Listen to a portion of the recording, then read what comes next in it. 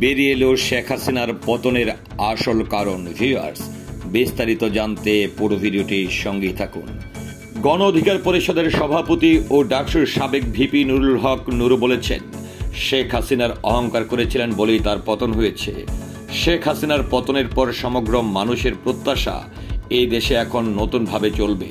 একটা নতুন রাজনীতি এখানে তৈরি হবে এবং সেখানে তরুণরা নেতৃত্ব দেবে।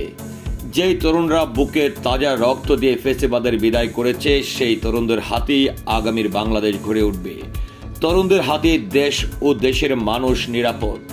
শুক্রবার 6 সেপ্টেম্বর সড়ক পথে নিজ জেলা পটুয়াখালী যাওয়ার পথে বরিশালের সরকারি গৌরনদী কলেজের মসজিদে জুম্মার নামাজ আদায় শেষে পথসভায় তিনি এই কথা বলেছেন। বলেন, 2021 সালে আমরা গণ অধিকার পরিষদ গঠন করলে আমাদের নিবন্ধন দেওয়া হয়নি।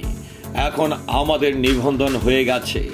সারা দেশে ইউনিয়ন পর্যায় থেকে শুরু করে জেলা, উপজেলা, পৌরসভা ও সিটি কর্পোরেশন সর্বত্র জায়গায় তরুণদের মধ্য থেকে জনপ্রতিনিধি তৈরি হবে। সেজন্য তরুণদের সর্বস্তরের জনগণের পালস বুঝতে কাজ করতে হবে। তিনি আরও বলেন, এতদিন বিভিন্ন লীগের সন্ত্রাসী কর্মকাণ্ড, চাঁদাবাজি, টেন্ডারবাজিতে এলাকার লোকজন অস্থির ছিল।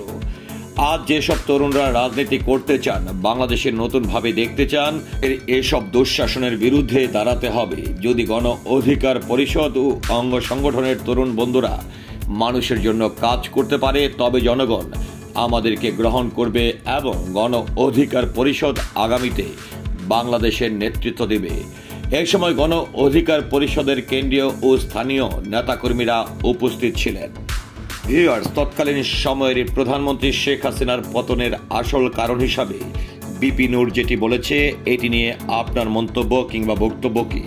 আশা করছি কমেন্টের মাধ্যমে জানাবেন। সে সাথে পুরো ভিডিওটির সঙ্গে থাকার জন্য অসংখ্য ধন্যবাদ। আল্লাহ হাফেজ।